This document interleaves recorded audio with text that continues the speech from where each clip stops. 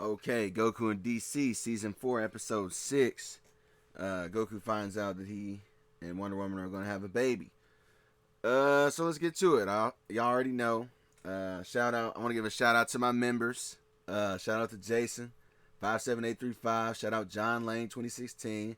Shout out OD Demon Wolf, 34. And shout out Kwate Mock. I probably said your name wrong. If I did, let me know how to say it in the comments. But yeah, shout out to the members, man. I really appreciate it. I'm probably gonna do a little a new member art for every new member. So anyway, let's get to it. A deep bone ache shiver was the first thing to pull Goku back to himself. It started in his core, a relentless chill that made his teeth want to chatter, and radiated out to his fingertips and toes. Consciousness returned not with a jolt, but in slow, heavy waves. The sterile filtered air of the Justice League's infirmary filled his nose. It was a sharp contrast to the remembered sense of saltwater, smoke, and fear. Whatever fear smells like. He blinked his vision, swimming before focusing on the familiar textured ceiling of the Watchtower's medical bay. The light was soft and indirect. He was lying on a padded med bed with a thin thermal blanket over him. A faint, steady beep from a biomonitor nearby marked time. His body didn't just hurt. It felt used. Not the good, satisfying ache of a hard workout, but a deep, systematic weariness as if every muscle had been strained to its absolute limits and then flash frozen. He was also, he realized, very damp. His gi felt cold and clung to his skin in places. With a groan, he turned his head on the pillow. The first face he saw was Clark's. His brother was seated in a chair beside the bed, still in his Superman suit. The bright blue and red looked oddly muted under the med bay lights. Clark's posture was straight, but his shoulders carried a weight that Goku rarely saw there. There were shadows under his eyes and a small healing cut on his cheekbone. He was watching Goku with an intensity that was equal parts relief and a deep, sorrowful worry. "Hey?" Goku croaked, his voice raspy. He tried to grin, but it felt weak on his face. What? What hit me? I had the weirdest nightmare last night. Felt like I was fighting everybody. And my entire body hurts. Also, why am I wet? Clark leaned forward slowly, his elbows resting on his knees. He didn't return the smile. The look in his eyes was one of profound apology. "It wasn't a nightmare, Goku," he said, his voice gentle but grave. "It was real. You were at Arkham Asylum. The Joker and Scarecrow broke out, and Scarecrow hit you with his fear toxin."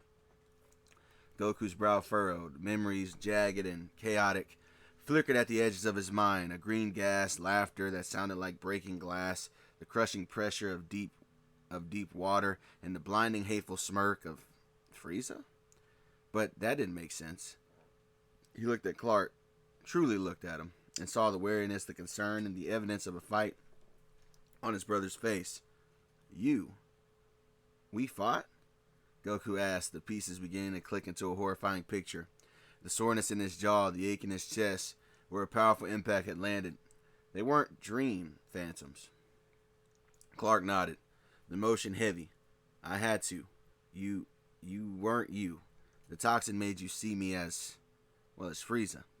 He said the name with distaste, knowing the weight it carried for them both. "You were terrified, and your power was reacting in response. You were going to destroy half of Gotham Harbor.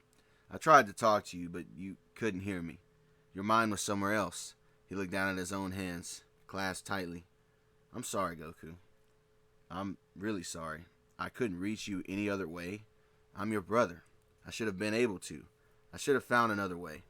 The guilt in Clark's face was thick and real.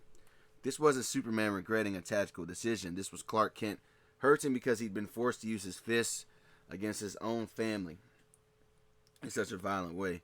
Goku was quiet for a long moment, absorbing it. The shame and the anger he might have expected to feel didn't come, however. Instead, he felt a surge of clarity. He remembered the training with Wildcat, Clark's dedication to learning control. He thought of his own loss of control, the terror that had just hijacked him. He looked at the cut on the cut on his own cheek. A small wound he himself must have caused. Then he looked at Clark's outfit, and it was worse for the wear. He's sure he caused that as well. Slowly pushing through the stiffness, Goku shifted and reached out, placing a hand on Clark's forearm. His grip was firm, a grounding touch. Don't be sorry, Goku said, his voice firmer now. You did the right thing. The only thing. He locked eyes with his brother, his expression earnest. If I was out of control like that, if I was seeing monsters and blasting apart the city, then you stopped me. You protected everyone from me. That's what a hero does, and that's what you always wanted to be, right? He managed a stronger smile this time, though it was tired. Besides, better you than someone who wouldn't care if they hurt me. You froze me, right? To snap me out of it? That was pretty smart. He gave Clark's arm a reassuring squeeze before letting go and sinking back into the pillow with a sigh. Man, that Scarecrow guy's stuff is no joke. Next time I'll hold my breath or something. His tone was light, but the look he gave Clark was one of complete unwavering trust and gratitude. The fight was over. The bond was intact, tested in fire and ice and found to be stronger. The physical hurt would fade, and the understanding between them, forged in this difficult moment, would not. The door hissed shut behind Superman, leaving a sterile quiet in his wake. It was broken a moment later by a different presence, heavier and deliberate. Goku didn't need to look. The specific gravity of the silence announced him. Bruce Wayne stood at the foot of the medbed, a silhouette of black and gray against the bright room. In his dark tactical bodysuit, his cowl he often wore for Watchtower operations served the same function. His arms were crossed, his expression unreadable behind the white lenses, but the set of his jaw was pure, undiluted Batman, and Goku could feel the "I told you so" hanging in the air, sharp as a batarang. Before Bruce could give it a voice, Goku spoke, his eyes meeting the blank white lenses directly. You were right, Goku said, his voice quiet but clear. No defensiveness, no joking deflection. About Arkham. About them. I shouldn't have just rushed in. I thought they were just clowns with gadgets. I didn't get it, but I get it now. Batman was still for a moment as if recalibrating. The prepared admonishment was derailed by the direct admission. He uncrossed his arms, placing his hands on the bed's footrail. You're lucky your brother was nearby, Batman stated. His voice, the familiar low growl, his intervention was the only reason. The casualty list from last night isn't measured in the hundreds. A misdirected energy blast, a panic surge of power in a populated area, could have been a catastrophe. Hell, you almost destroyed a yacht. He leaned forward slightly, the cowl intensifying his focus. Look, everyone makes mistakes, Goku. It's a human trait. Even though you're not human, but you have to understand. When someone with your power makes a mistake, the definition of damage changes. A normal person's bad judgment might break a window, cause a car accident. Yours can level a city block. A normal person's panic attack is his private hell. Yours could become a natural disaster. He paused, letting the weight of that settle in the quiet room. This isn't about blame, it's about calculus. Every action you take, every enemy you engage, you have to factor in the potential for uncontrollable escalation. Caution isn't cowardice. It's the first and most important responsibility of your power.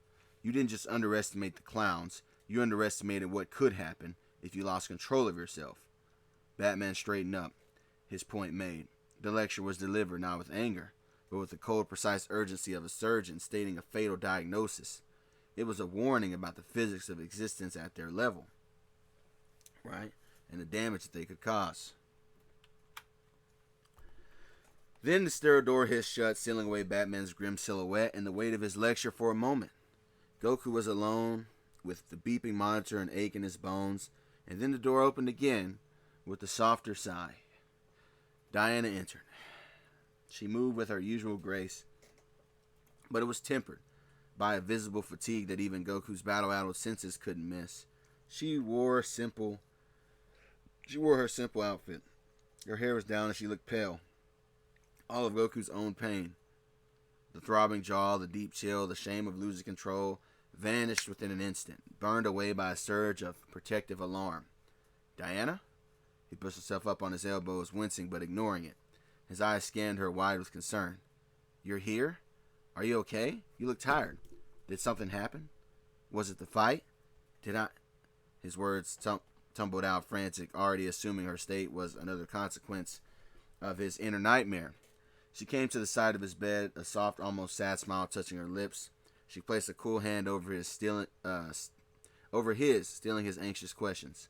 I am unharmed, Goku. Truly, the fatigue is unrelated to your battle. She took a slow breath, her thumb gently stroking his knuckles. But Bruce was correct. There is something we must discuss, something important.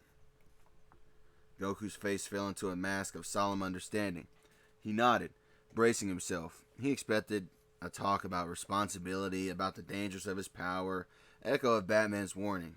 I know, he said, his voice thick with regret. Look, I messed up, Diana. I wasn't careful. I let that scarecrow guy get in my head, and I could have hurt people. I almost hurt Clark. I get why you'd be Goku, she interrupted, her voice not sharp, but profoundly steady. It cut through his self-recrimination. Her other hand came to rest lightly on her abdomen. She held his gaze, his eyes a storm of fear, wonder, and unwavering love. I'm not here to lecture you.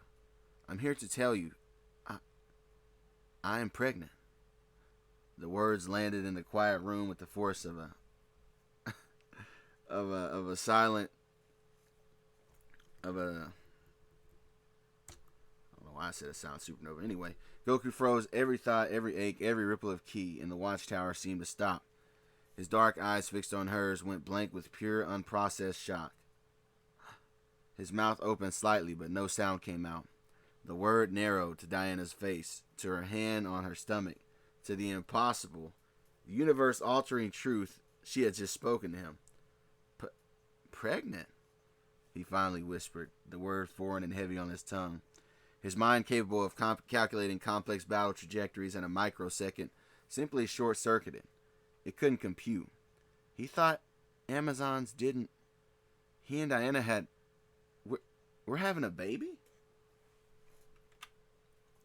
Diana's nervousness was a rare fluttering thing in her chest, a feeling she hadn't known since the night she first confessed her love in those quiet chambers. This secret was infinitely more profound, more world-altering. She watched his face, braced for confusion, for fear, for the weight of the impossibility to crush his simple spirit. Instead, she saw the blank shock in his eyes crystallize into pure, unadulterated light. A goofy, breathtaking smile broke across his face, erasing every trace of pain and remorse. With a grunt of effort that ignored the battered body, he pushed himself fully upright and swung his legs off the bed. Before she could utter another word, his arms were around her, pulling her into a warm, secure hug that smelled of medbay antiseptic and his unique, sun-warmed scent.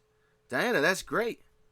That's really great, he mumbled into her hair, his voice thick with joy so uncomplicated it felt like a bomb.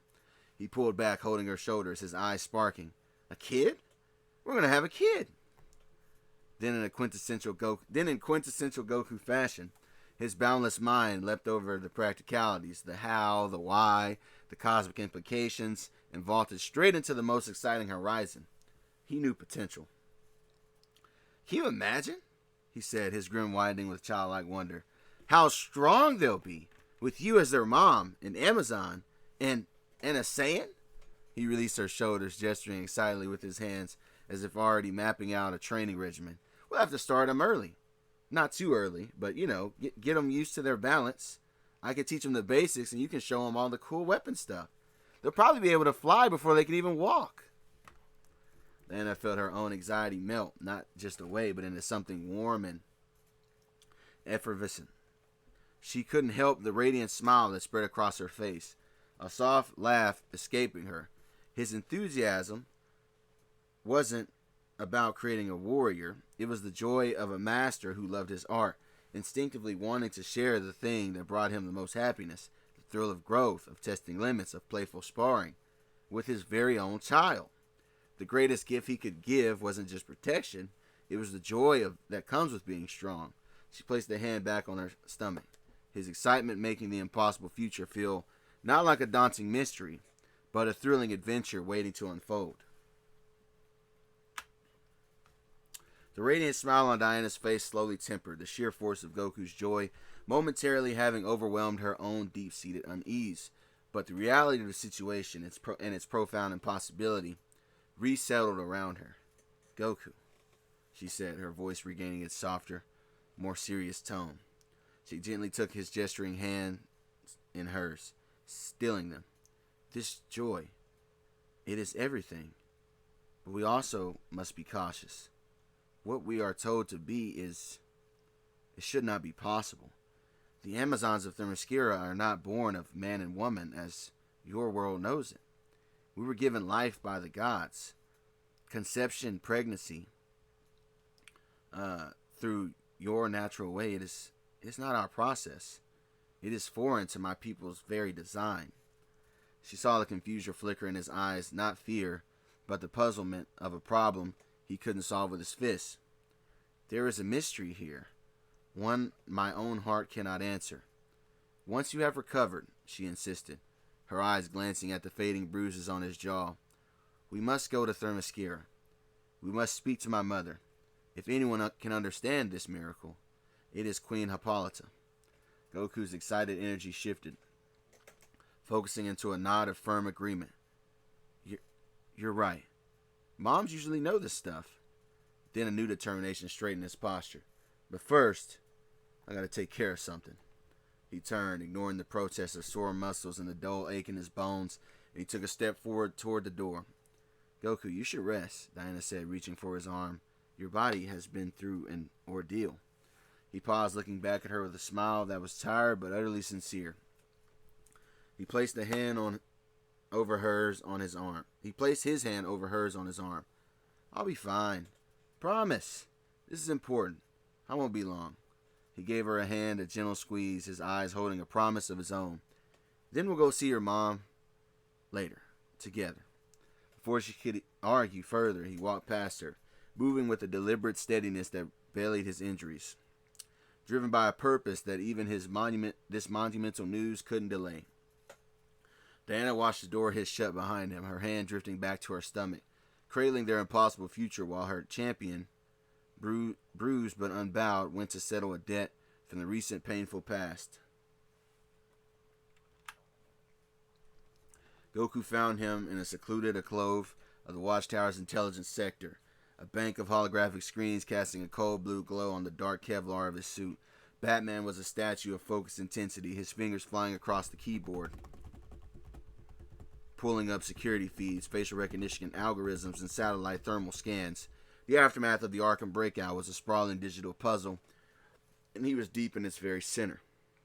Bruce, Goku said, his voice cutting through the low hum of the computers. Batman didn't turn. His eyes scanned three data streams at once. You should be in the infirmary. Did you catch them yet? Joker, Harley, I mean. A barely perceptible tightening of Batman's jaw. No. They utilized the chaos you and Superman generated as cover. Current predictive models suggest a 72-hour window before they... Perfect! Goku interrupted, his voice bright with sudden, resolved energy. Batman finally turned, the white lenses of his cowl narrowing. Perfect. Their continued freedom guarantees further, but Goku was already gone.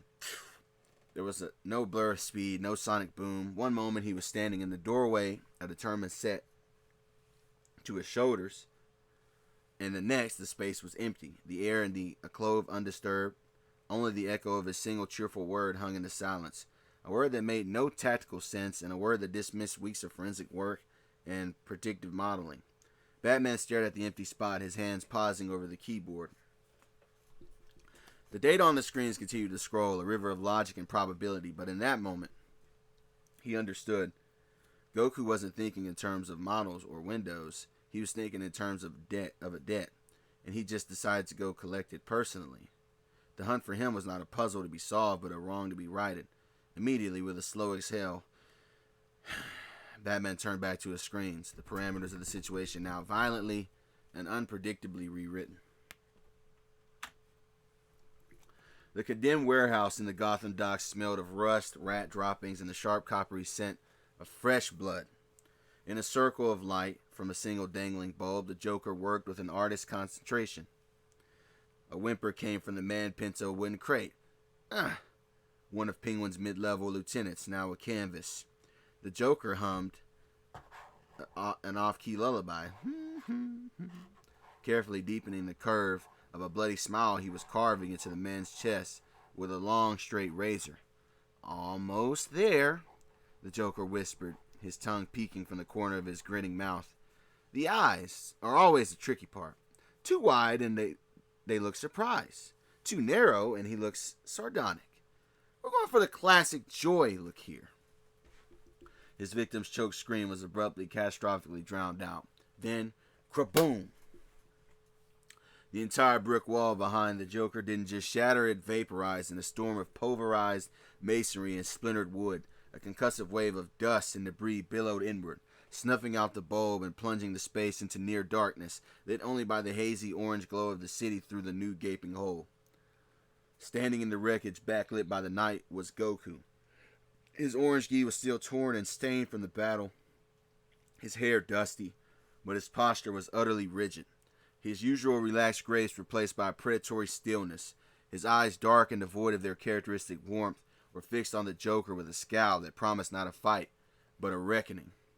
The Joker, however, didn't startle. He simply paused, the bloody knife hovering above his completed grin. He slowly turned his head, his wide green eyes taking in the destruction, then landing on Goku. A low chuckle bubbled in his throat, building into his full wheezing cackle. "Well, if it isn't the party crasher," he giggled, waving the razor in a cheerful blood-fleckled gesture. "And you made your own door. How creative!" He tilted his head, his grin stretching impossibly wider. "So tell me, Iron Monkey, did you have a good trip off that little party favor I left you with back at the asylum? The colors must have been fabulous." He wiped a mock tear from his eye, his laughter echoing in the dust-ruined space, a stark, insane counterpoint to Goku's silent, simmering fury that was boiling within him. The Joker's laughter, however, died in his throat, his maniac glee shifting instantly to tactical calculation. His gloved hand twitched, darting toward the inner pockets of his garish purple coat, reaching for a joy buzzer, a gas pellet, or some piece of lethal theater. But his hand never made it. There was no blur, no rush of wind. One moment Goku was a scowling statue 15 feet away. The next, the space between them simply didn't exist. A vice-like grip clamped onto Joker's lapels. There was a sound, shh, like a giant sheet of canvas being torn in half. A brutal ripping shh.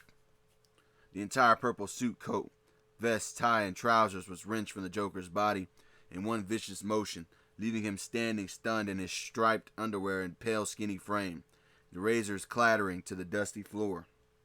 Before the shock could even register on the Clown Prince's face, Goku pivoted. He didn't throw a punch, he simply used his grip on the torn bundle of fabric, still in his hand to whip the Joker around like a rag doll and hurl him. Whoosh! The Joker cartwheeled through the air with a squawk of surprise. What? Crashing through the grimy warehouse window in an explosion of glass and rotten wood, he tumbled across the wet asphalt of the alley outside, skidding to a crumpled, bleeding stop against a brick wall, gasping for the air that had been driven from his lungs. The manic light in his eyes was replaced by daze and painful confusion. His pale skin was now a road map of shallow cuts and blossoming bruises. The punchline, it seemed, had arrived before the joke. The door on the opposite side of the warehouse burst open with a cheerful chatter. Harley Quinn bounced in with a heavy metal canister slung over her shoulder, like a bizarre purse. "Puddin', I got the extra strength giggles. The guy at the chemical supply place was so boring. But a little mallet to the knee, diplomacy, and..." Our words froze in her throat. Her wide blue eyes took in the scene. The gaping hole in the wall and the dust hanging in the air, the unconscious penguin thug, and the shredded purple fabric lying like a discarded skin. Then her gaze landed on Goku, standing amid the wreckage, his eyes locked on her with a focus that crackled in the stagnant air. Finally, she spotted the heap of striped cloth and pale limbs lying in the alley outside the shattered window. Her grin vanished, replaced by a snarl of protective fury. "You!" she shrieked, her free hand darting to her belt. fingers closing around a spherical neon green gas grenade. She never got to pull the pin. Goku didn't cross the room. He was just there. A simple open palm push against her shoulder. No key, no flashy technique, just pure physical authority. It was like being hit by a moving wall. The force lifted Harley clean off her feet. The gas grenade flew from her grasp, clattering harmlessly across the floor, as she was catapulted back through the doorway she just entered. She tumbled into the dark corridor beyond in a clatter of limbs and a fading yelp of outrage. The heavy canister of laughing gas rolling after her with a metallic thud. The door swinging on its hinges slowly began to close, cutting off the sight of her sprawled form. Goku stood in the silence, his work only half done. Harley groaned,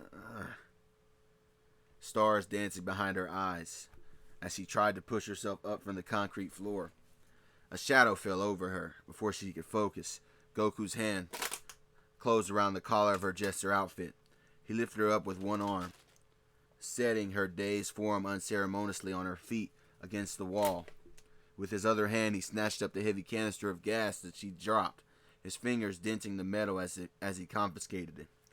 A wet, grating laugh echoed from the waterhouse entrance. Standing in the jagged hole of the destroyed wall was the Joker, a horrific silhouette against the night. He was covered in glistening blood and embedded glass shards, and his hair was a wild mess, yet his grin was wider than ever.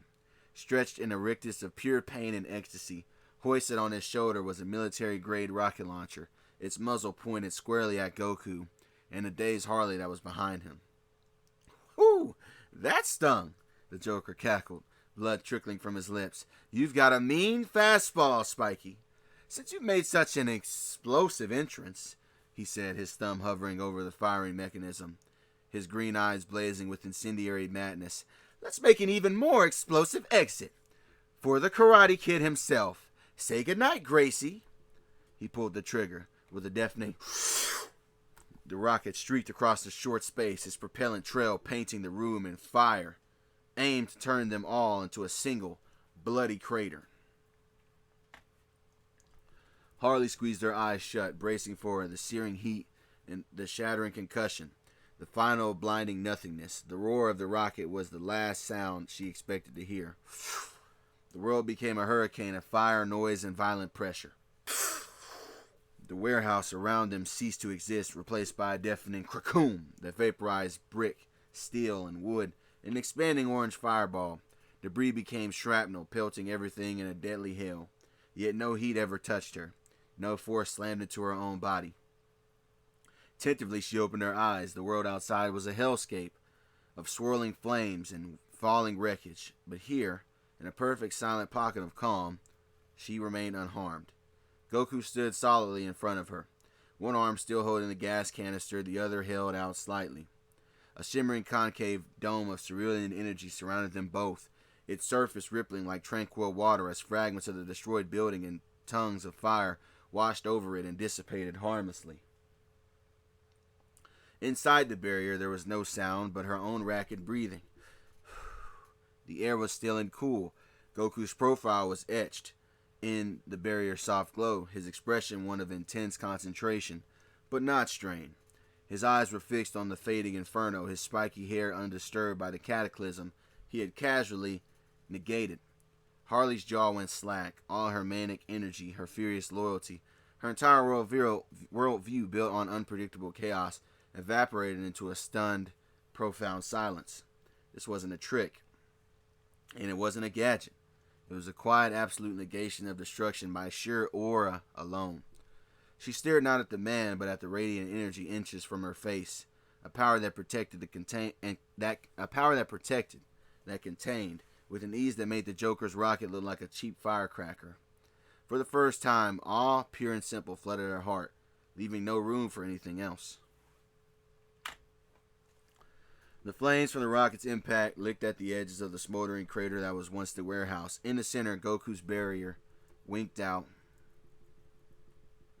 He stepped forward, the canister still in one hand. With the other, he unceremoniously deposited a stunned Harley Quinn onto the rubble, strewn ground beside the Joker. And before the Clown Prince could even react, Goku's hand shot out.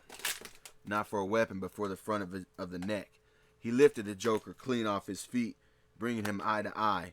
The manic grin was still there, but it was strained at the edges, a mask overrising confusion.